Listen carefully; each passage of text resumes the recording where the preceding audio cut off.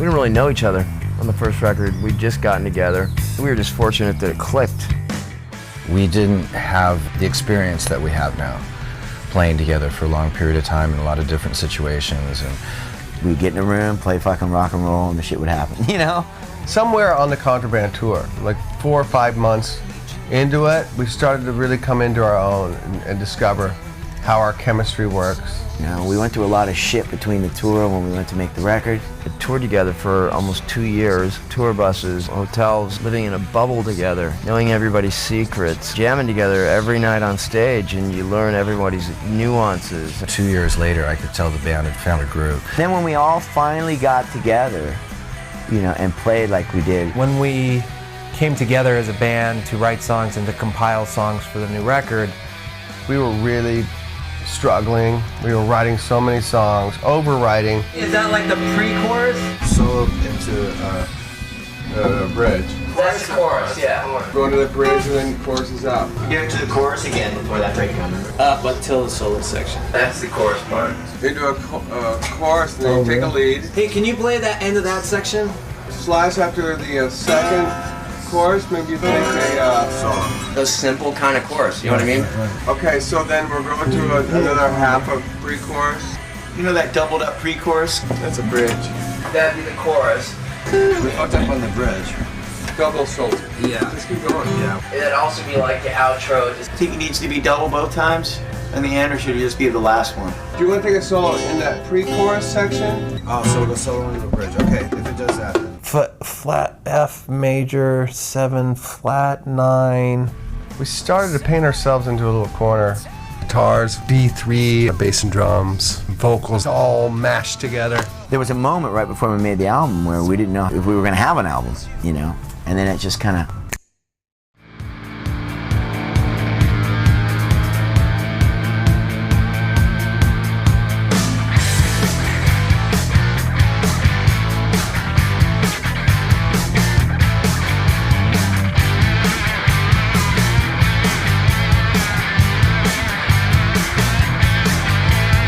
There was a title, Libertad. It was an idea. That idea was liberty, eternal search for freedom. I think these are both very interesting times and very dark times. It's hard not to be influenced by these times. And I think that artists are inspired by their surroundings. You know, what's happening around you, what's happening around all of us. Initially, it was meant to be, in a sense, a concept record. If you set a goal to make a concept record, then you'd better work your ass off to make a pretty bold statement. And to make a statement for us is to make a musical statement. So we abandoned that idea. What we really decided to do was just make an album that was true and honest and basically make the best record that any of us had ever made. Yeah, that's great. I didn't have any expectations as to where it was going to go. It just naturally happened. You know, the album took on a life of its own. It's a different kind of energy. This record, Libertad, is a lot different than our first record. I got a lot of different sounds that I've never gotten, different than anything you've probably heard me use before. Pushing the artistic envelope in different directions. Everybody got really bold in their own personal journey as far as the level of songwriting, their style of playing, choices of chordings. This record really explores a lot of different regions. There's a lot more space on this record. It's a lot smarter. We went a lot of places on this record that we didn't go on the last one, and it was just where we were at the time. There's playing that none of us had ever approached before, like on the song Last Fight. And me and Duff at first were like, whoa, this is like, you know, unknown territory. We hadn't really gone in that direction as far as the subtleties of how we approach that song.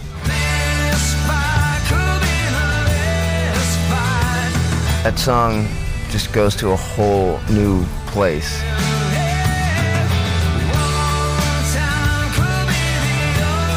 The Last Fight lyrically hits home for me because I definitely understand what that song is about.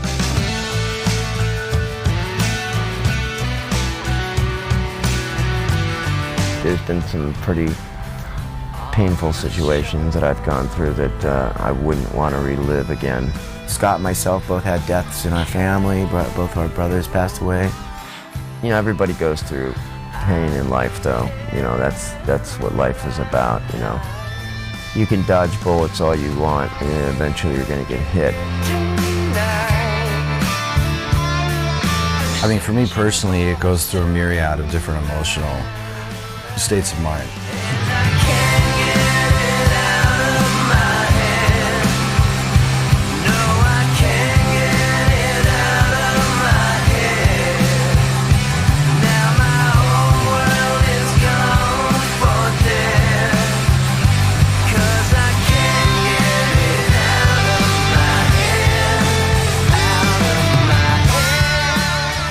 It's also scary because it's so close to me that you're like, are people gonna like it? Every artist that I know has a certain lacking of self-worth and a certain amount of doubt.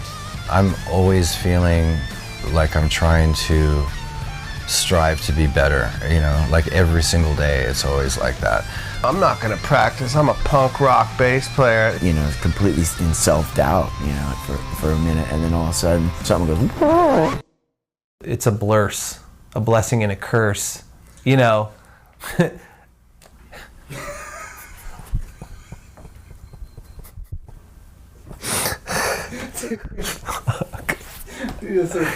Spay, freak show, Jab, sex, pain, or violence, screaming, kick you in the nuts, confusion, energy, vitriolic, mayhem, bashing across your face with a 2x4. loud, raucous ball of